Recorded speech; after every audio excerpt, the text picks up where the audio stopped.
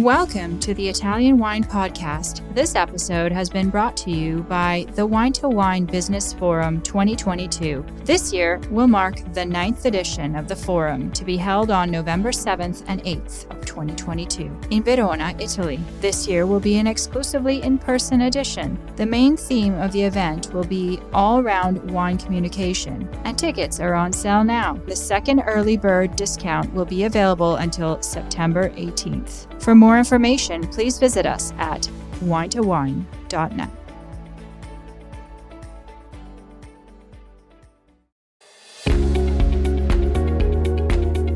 Italian Wine Podcast, a Wine2Wine Business Forum 2021 media partner, is proud to present a series of sessions highlighting the key themes and ideas from the two-day event held on October the 18th and 19th, 2021. This hybrid edition of the Business Forum was jam-packed with the most informed speakers discussing some of the hottest topics in the wine industry today. For more information, please visit Wine2Wine.net and tune in every Thursday at 2 p.m. Central European Time for more episodes recorded during this latest edition of Wine2Wine Business Forum.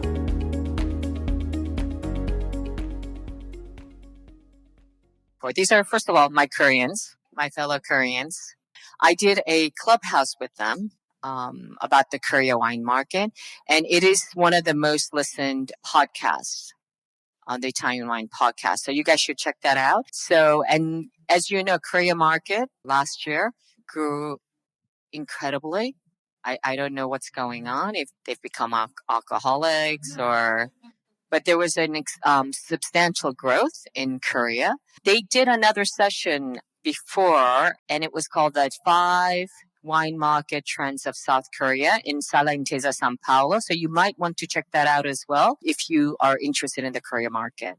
Today, they will be talking about the generation Millennials and Z regards to the South Korea wine market. I think it will be very interesting. Myung is our Italian wine ambassador. You did the first edition, right? So you should come back. You need to do some, you should come back because the course has completely changed. And he is an importer. He imports wine, Italian wines. He's highly specialized in Italian wine in Korea. And Summer Lee. I met her actually through Myung in Clubhouse. And she is what you call, I guess you can say, influencer. I know it's not very popular thing to say nowadays, but I think she has a very concise and efficient insight to the social media in Korea. I thought it was an incredible privilege to bring her here so that she can share the wealth of information with us. So take it away. And if you guys have any questions, then they will take your questions afterwards. Okay. Well, today we're talking about Korean market with Summer and me because as Stevie told, I'm an importer. Yeah, I import only Italian wines from 60 wineries from 16 regions. So still 4 regions. Yeah, I'm recovering. And this is one of the first generation of the Korean wine market. My company, because Korean market is very new. Just 20 years ago it started, and then it's really developing. Hi, nice to meet you all. My name is Summer Lee, and obviously it says Sunmin, that's my Korean name, but you can all just call me by Summer. And I'm currently working for an English daily based in Korea called Korea Jungang Daily. And we're under the umbrella of Jungang Media Group, which is one of the largest media company in Korea. And for the English Daily, I cover mostly news coming out of food and travel sector. So that actually got me experience a lot of happenings in the food industry, especially the wine. So South Korea is far from here. It's in the Far East Asia. And yesterday we took the flight for the 20 hours. Yes. Yeah. We had one transit, but it wasn't that bad. Yeah, it's far. And also for the overseas shipment, it takes 6 weeks. It used to be 4 or 5 weeks, but after COVID situation, the shipment always has some problem. So minimum 6 weeks, and then takes 8 weeks. Yeah, it takes longer than before. So it's far. And also I have to say one more thing because custom clearing it takes also 1 more month. So if you're a producer and if you send the wine to South Korea, that means we can sell it in South Korea after at least 3 months later. Okay, this is the economic overview of our country, South Korea. So it's a small country, so the size of country is like just 1/3 by the Italy. So your country is 3 times bigger, but the population is similar. So the 51 million people lives in South Korea, and the important thing is the economy because the economy in South Korea is still growing up. Yeah, and the GDP is 1.63 trillion US dollar. It's almost same as Canada, so it's quite big country in this kind of views. And also the GDP per capita is 1,488 is almost similar as same as Italy. Yeah, and the main frame of the industry is like manufacturing and trading. So we are the eighth largest exporter and importer in the world. It's not so small. Maybe one thing I could add is about more than 20% of the entire population of Korea, South Korea, lives in Seoul. So basically what you hear about what's happening in Korea is basically what's happening in Seoul. That I just wanted to point out because Italy, there are so many different cities and with the characteristics. So what you experience in northern Italy is very different from in the southern Italy. But basically all the news you hear about Korea, it's not too exaggerating to say that it's all happening in Seoul. For now, Busan and some other cities are growing, but still. Still, yeah, it's just 1 million people there. So we're gonna give you a brief introduction of how the beverage market makes up in Korea. Well, there's a joke that I guess people in Irish drink a lot, and I guess in Asia is the Korean people. Yeah, we drink a lot. Really, many alcoholics. So, like you can see in the slide, the amount of alcohol people drink per year is quite enormous. Mm-hmm.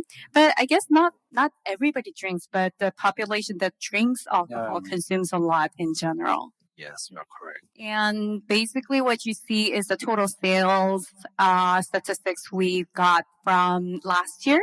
And the volume, when you take a look at it, we talk that imports and the sales of the wine has increased a lot.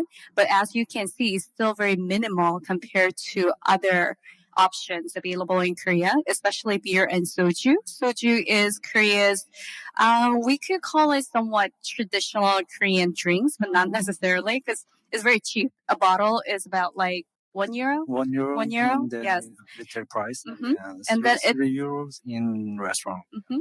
It's like a soul drink for Koreans. It's the distilled drinks, so it almost tastes like nothing, just a pure alcohol. But the alcohol concentration is not that high, like 16%. So it's almost like wine. In a way. Yeah, so 16-17% alcohol and tastes like some sweet vodka. Yeah. And then the reason why it's so high, the beer and the soju take so high percentage in the market is what they do is they usually mix the two. Mm-hmm. Yeah. So they drink beer, but the alcohol concentration is low. So they tend to mix soju a little bit. Yeah. And then the soju drinkers, they use beer as a chaser. So those two make up for a good harmony. So they take up a big percentage in the market. And you can go a little bit about the wine segment. Actually, the beer and soju, they dominate the market. So only 1.7% by the volume is the proportion. But by revenue, it means by value, the price is 7.4%.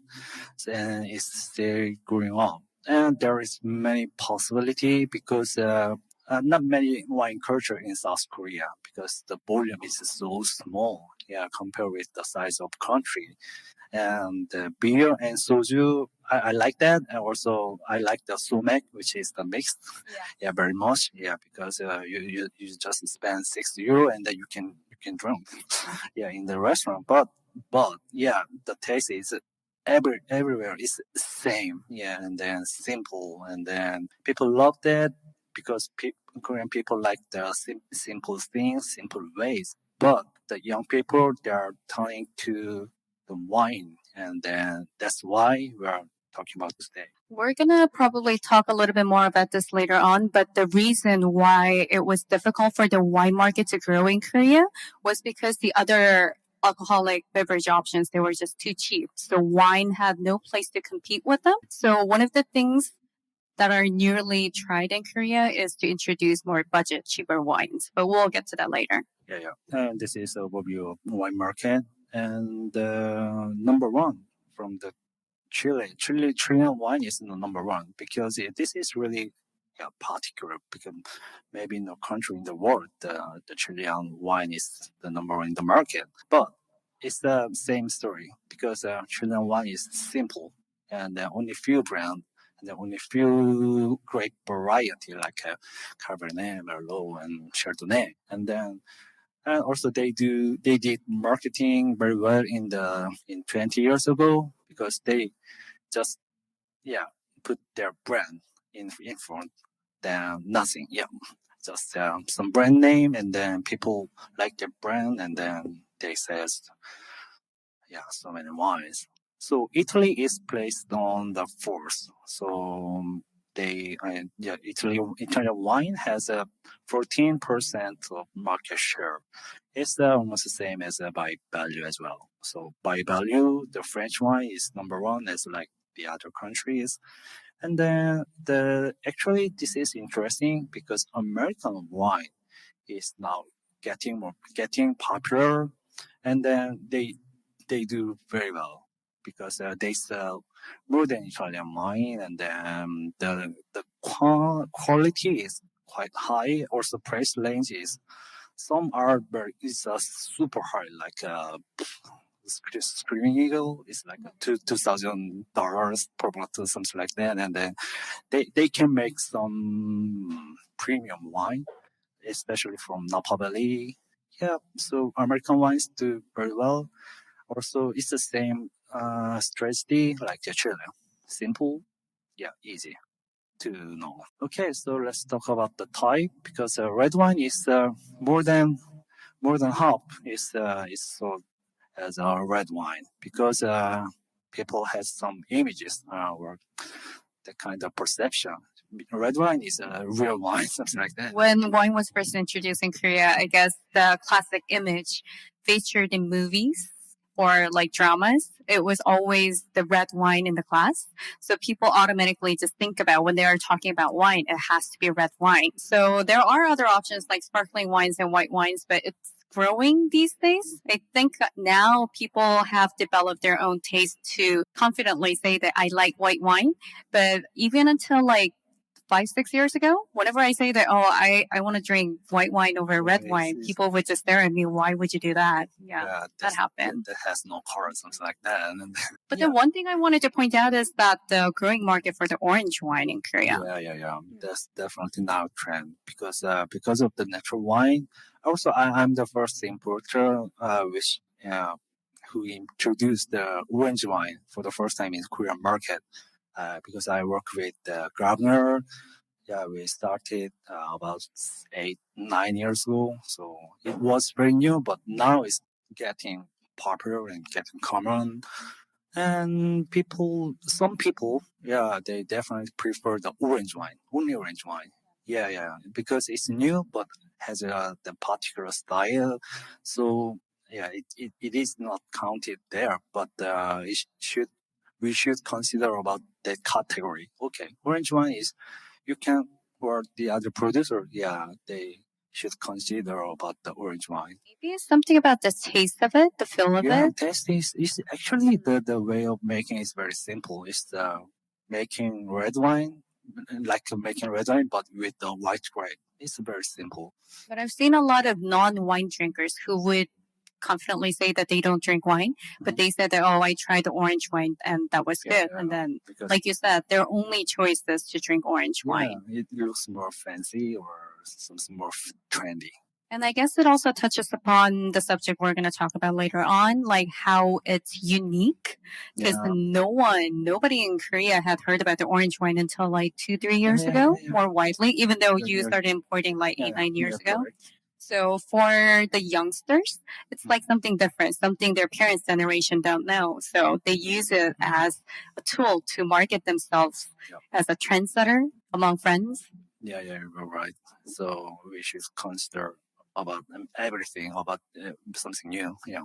So Generation MD is like a Korean term, Korean marketing term. So in Korea, every company, not only for the wine company, so like Samsung or Hyundai, the kind of big company, also they are really say this word Generation MG because it's combined.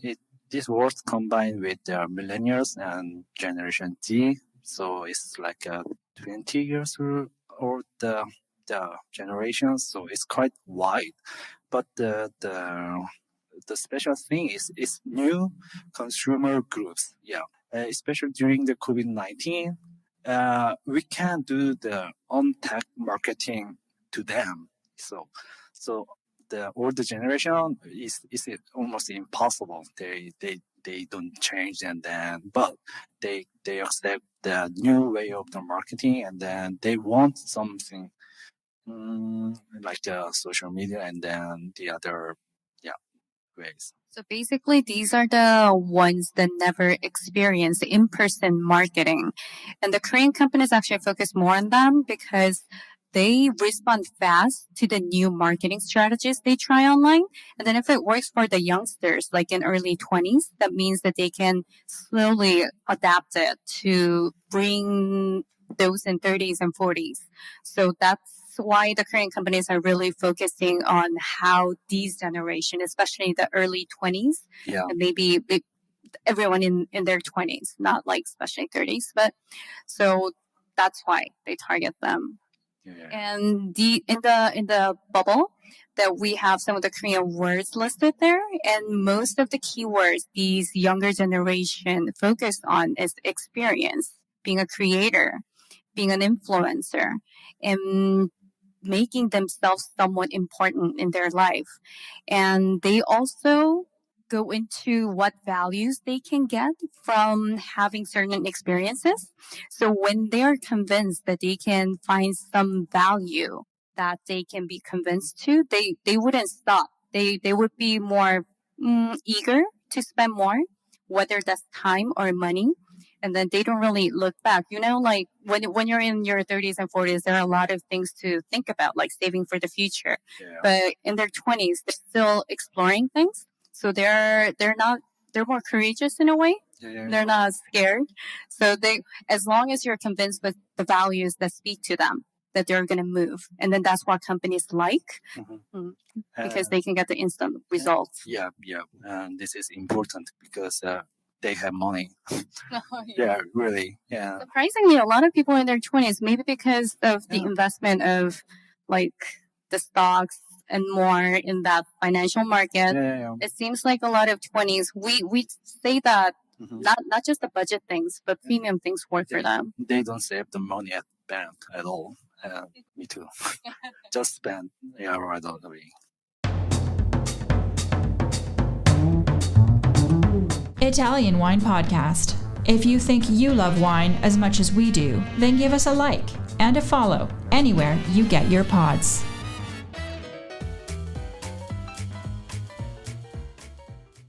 So does Generation MG with South Korean market growth? Yes, definitely yes. And there is so many the numbers and data, but this number is really amazing because last year, just in 2020, this is import value $330 million US.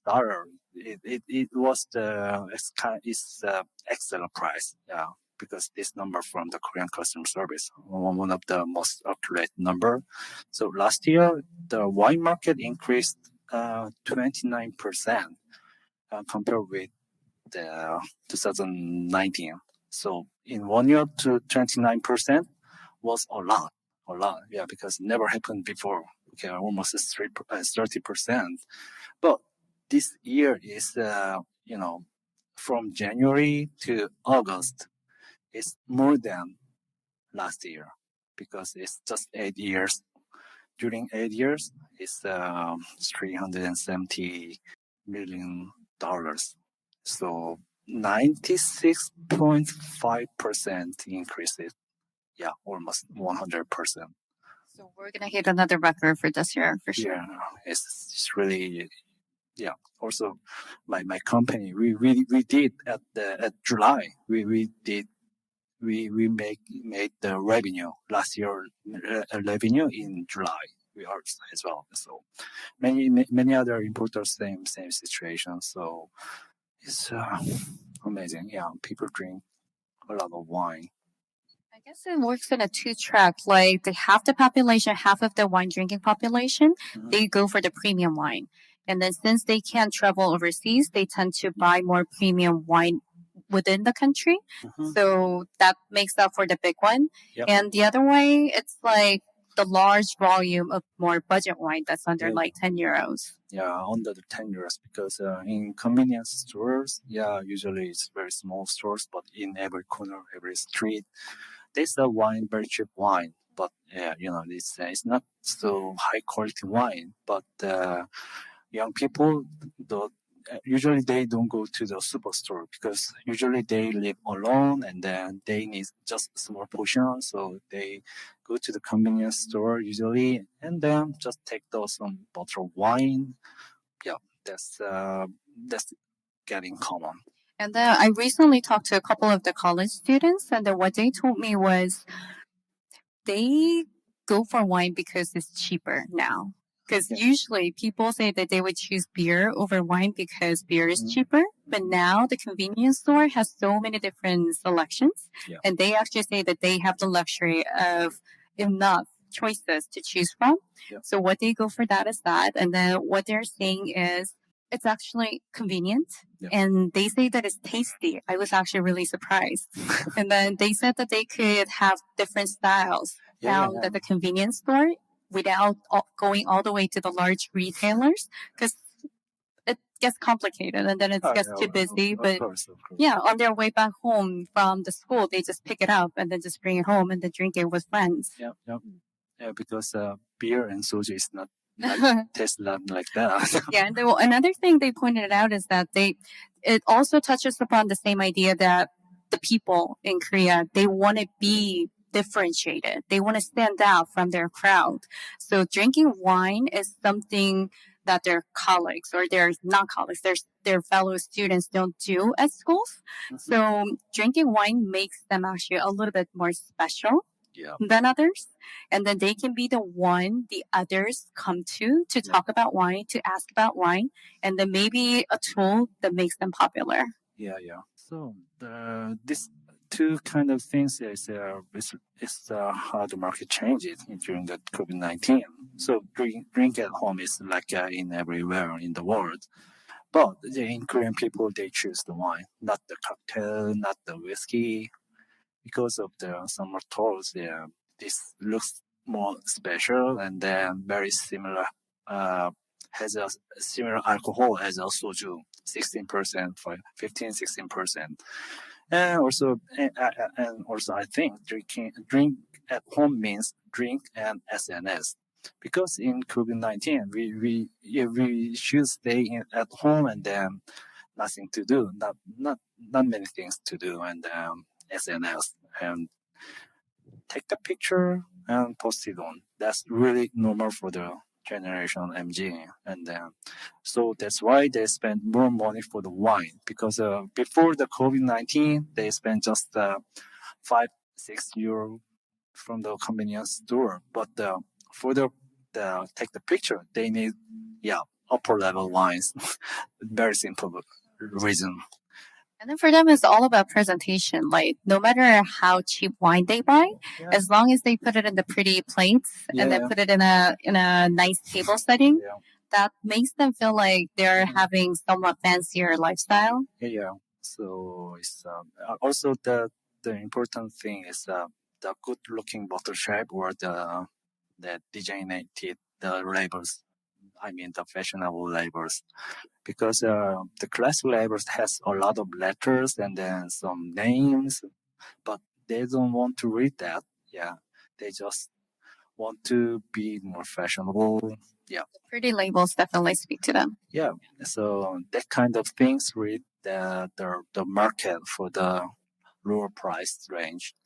But the other things, the in high priced wines, uh, as some are told, is we usually buy from the abroad, the other countries, and then but now they buy the wine in Korean market, and then they find some place to drink this wine because okay, you bought like a 300 euro wine per bottle, and then you don't want to open this one at home, so they are looking for the restaurant, but usually the like a 2-3 Michelin stars, we couldn't bring the bottle. Yeah, but there are another the style of the restaurant.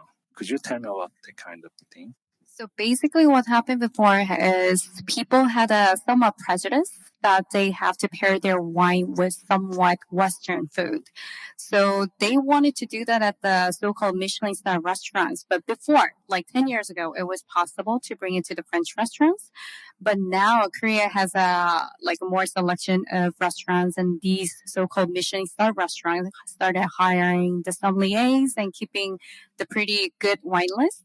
It became impossible for the classic wine lovers to take their bottles to the restaurants because they wouldn't accept it.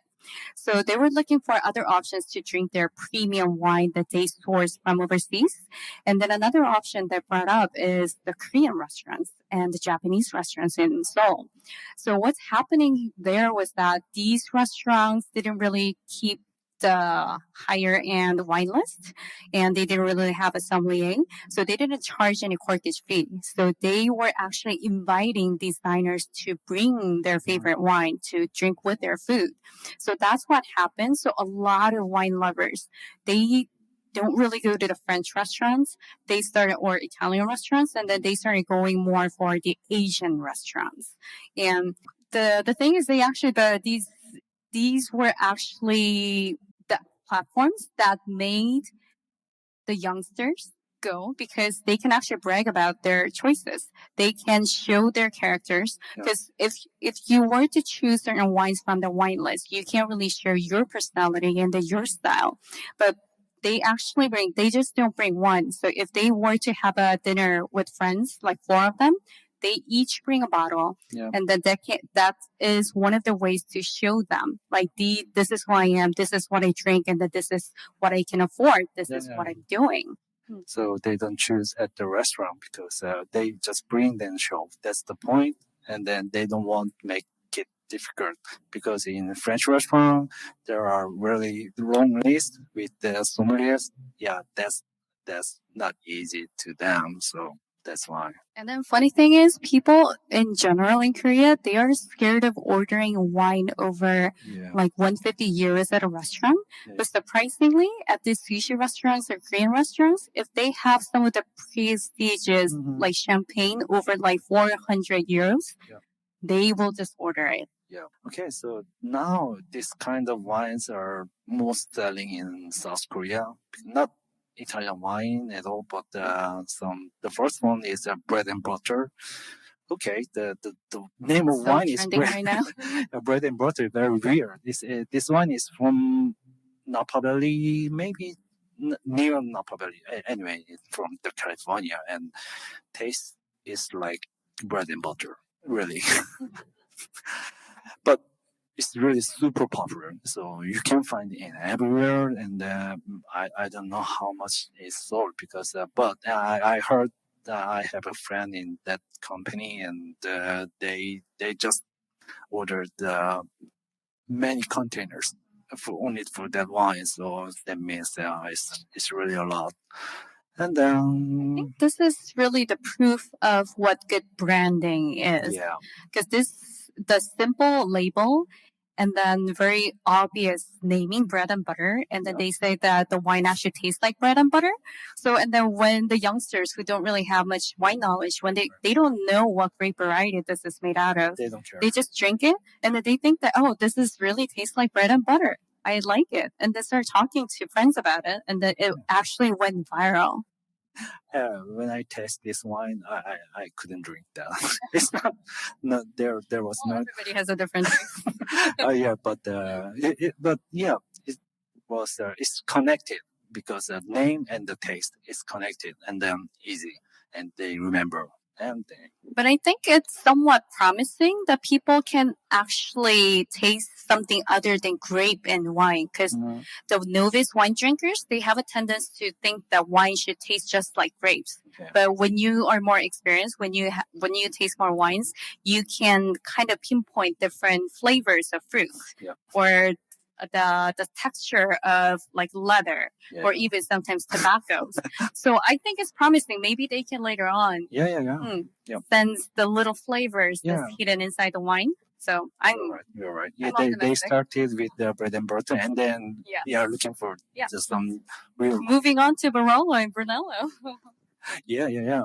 And also the Barolo and Brunello, which is a very famous name, they are selling very well because it's kind of the aftermarket of the big Burgundy, the high-end Burgundy market. Is we cannot afford to the Burgundy wine anymore because it's so expensive because I couldn't buy one bottle of the Grand Cru. It's like 500 euro in South Korea because taxation is higher, so very expensive and it's too much. And then that kind of premium wine market goes to the Barolo and Brunello. So now it's okay. Yeah, it's really. I think trend is slowly changing because even the passionate wine drinkers, they're still following the big names, and then they follow what the big name wine reviewers like James Suckling or what the reviews coming from the Robert Parker, they follow that. So some of the fast movers, they are done with Burgundy in a way, but not everybody's done with the Burgundy, but some see the opportunity to move on because they don't think that it's worth it anymore for the money. So they're moving on to discovering more more value for the same budget. Sure. So that trend is slowly moving to Italian wines because still all the wine lovers, they know about the Barolo and Brunello, but not everybody knows about it. No. So it's still kind of new, kind of different, but also kind of familiar because they've all heard about it in the books. Yeah. Yes. Because we know Brunello and Barolo, but for the young people, it's really new. But and I think the winemakers trying to make it more modern also speaks very well to the wine drinkers these days, don't you think? The modern style of Barolo instead of because you don't have to. I don't Maybe think. I'm wrong. Yeah, it's not matter of style. Yeah. Okay. Also, in Korea, so in South Korea, we couldn't buy crude because it's sold out in whole countries. So that means people want this kind of high level luxurious wine very much. Yeah. And also the not matter of the only crude. The finest wines are really, really sold out. Also, I asked it to the whiskey company, like a Pernod Ricard, and then also the high end of whiskey, they couldn't sell because they're out of stock. Yeah. So now it's really, really, they spend a lot of money to their drink. It's really going two ways. Either you go super buzzy for the daily wines and the super premium for the special occasions. Yeah. Actually, these wines from my company. So last year I found some phenomenon because these wines it's not the Barolo and Brunello it is still good wine, but last year the sales increased a lot.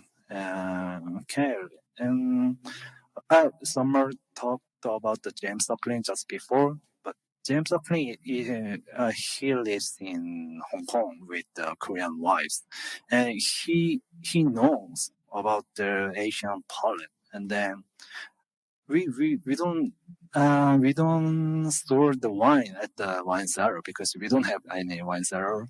Even for me, I don't have wine cellar at home. Yeah, and we just buy and open drink.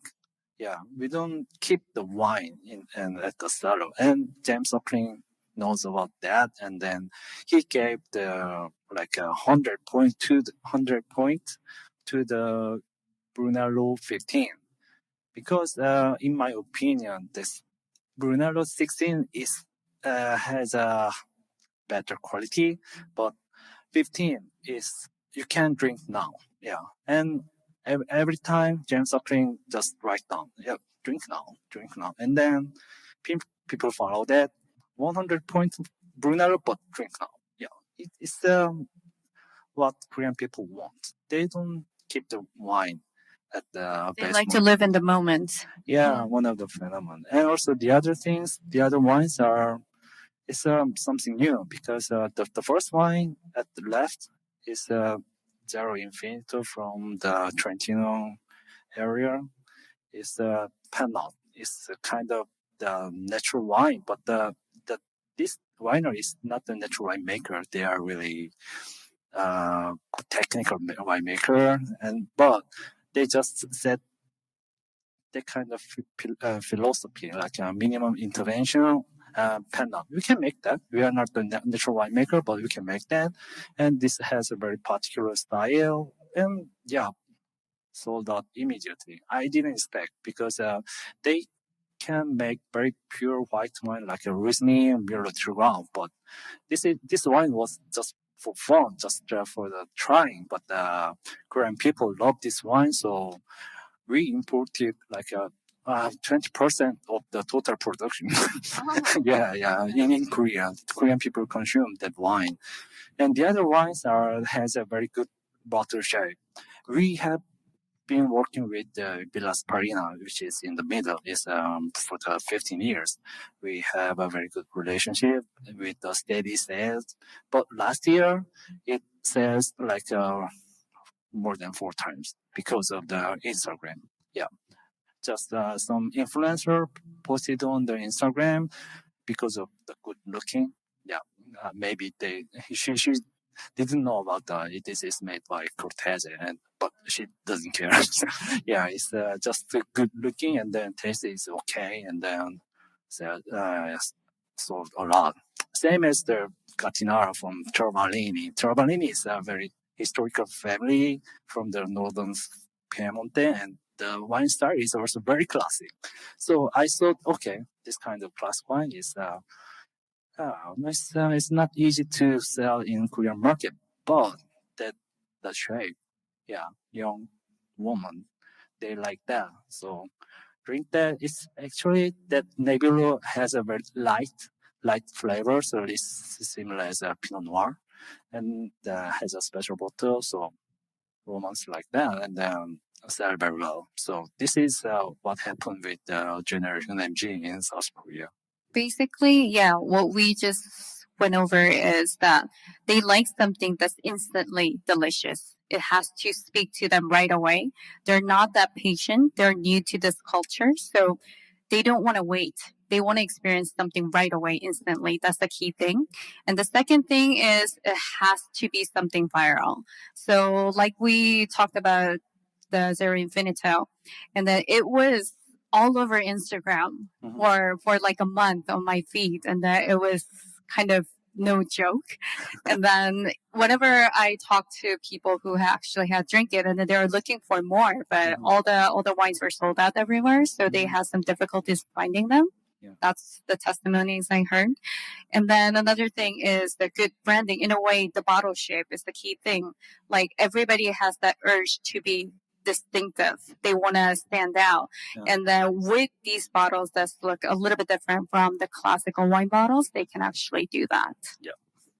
So finally, it's the last session. It's a strategy for the generation MG. It's just my opinion, but maybe because Italian wise it's not simple. It's difficult because of the name or the history and also some regions, great variety. Yeah, because I had the class in the Wellington International Academy, but I was shocked because the book was like that, and then there was like a 500 grape variety, and Ian Nakata, I could like talk about that.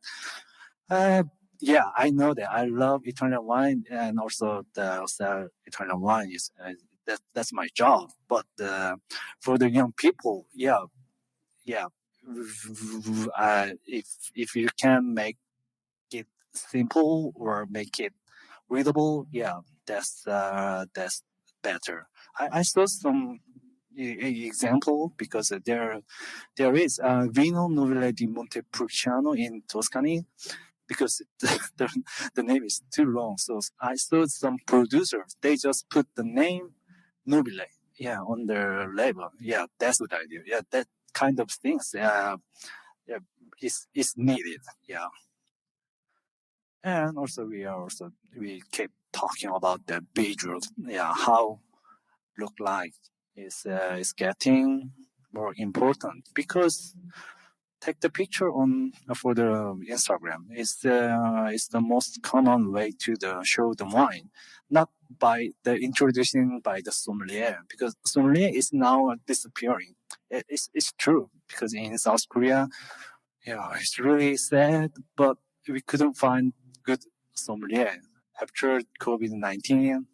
They changed their job or moved to the importers, something like that. So it's changing. And yeah, and uh, high-end position is really important because Italian wine has a premium image. Like you have Gucci or Prada and something like that, and then this is the country of very fashionable. So okay, like a prosecco. Okay, prosecco is prosecco, but if you can make them some higher quality with some particular brand, it's easier to introduce in South Korean market because you have the very good image, and then yeah, you can use that. Yeah, then it's the same conclusion as a session in the morning with summer.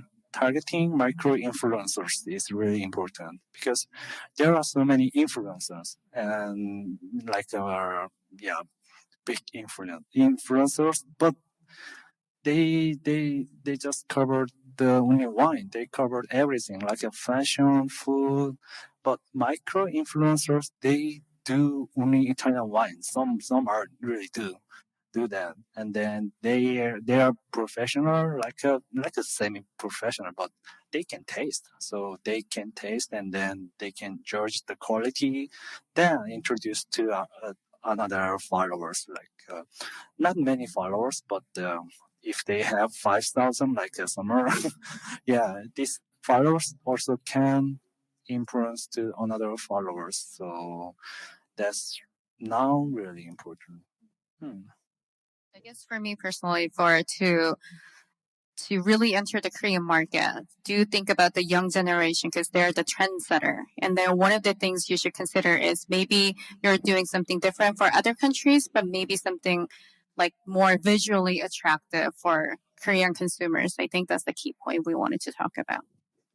Okay, Marion. Okay, you one question. Yeah. Do you want to bring to her? Listen, I just want to thank you guys. I think I love the style. First of all, it was like an intimate conversation. I don't know, Jean-Pierre, what you thought, but they were incredibly generous with the information. It seems very simple, but I think they gave us a lot of information that we can actually utilize, especially for the Korean market. Go ahead. Really excellent presentation. I found just a lot of it was really thought provoking. The big kind of themes that I pulled away, obviously highly photographable, but the importance of convenience and almost single serving. There seems like there's a huge opportunity there, particularly if you think about the main distribution channel being convenience and targeting these younger consumers that are living alone.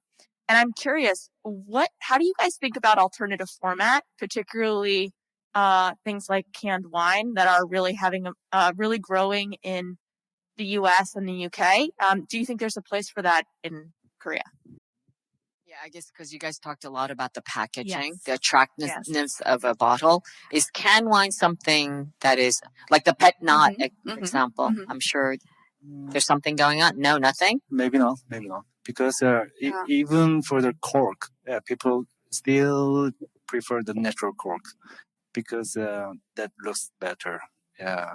The funny thing is, so like I said, the Koreans are very late in accepting the wine culture. So they're still very familiar with the classic image they've seen only in the movies. So the box wine is very new for the Korean consumers, I feel like. And then the reason why they consume wine at this moment right now, maybe things will change in a couple of years, but they drink wine because it looks fancy. It looks luxurious.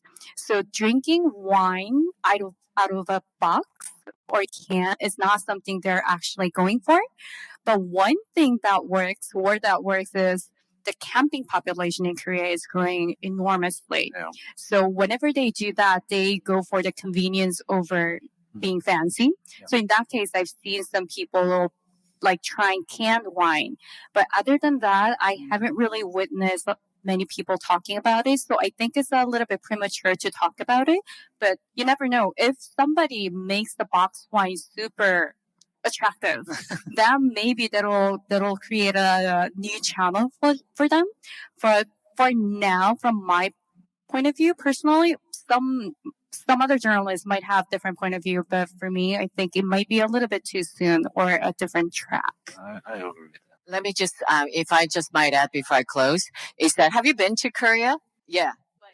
But when I first, I'm Korean, of course, I am Korean, but I grew up stateside, so I don't even speak Korean. It's very embarrassing when I go there. But when you first go to Korea, there's something odd that you can't put your finger on, right? And it's because all the cars are gray or white or black, just shades of gray. That is actually emblematic of the Korean society. They're incredibly traditionalists. So I think that's the kind of, it's a roundabout way of answering your question. But when they're saying like they're not quite ready, it's because although, like the K-pop, in a way they're the trendsetters on one side, but the core, the hardcore, they're very traditionalist. So I think that's why they're perhaps a little bit behind in the adopting of new packaging in a way. Listen, you guys, it's been wonderful. Let's give it up for Summer Lee and Dongmyeon. Thank you very much. Thank you so much. It was great. I loved it. So I highly recommend. I think there were so many great insights. All right, I have to now tell you guys to leave. Okay, because I have to sanitize the room. Thank you very much. Thank you.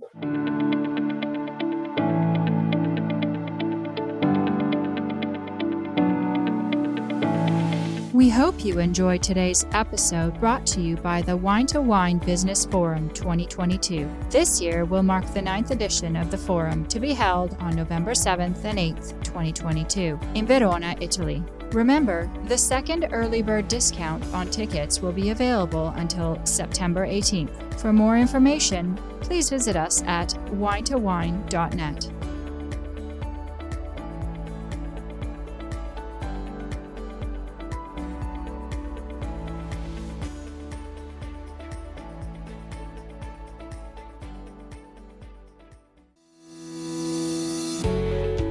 Guys, I'm Joy Livingston, and I am the producer of the Italian Wine Podcast. Thank you for listening. We are the only wine podcast that has been doing a daily show since the pandemic began. This is a labor of love, and we are committed to bringing you free content every day. Of course, this takes time and effort, not to mention the cost of equipment, production, and editing. We would be grateful for your donations, suggestions, requests, and ideas. For more information on how to get in touch, go to ItalianWinePodcast.com.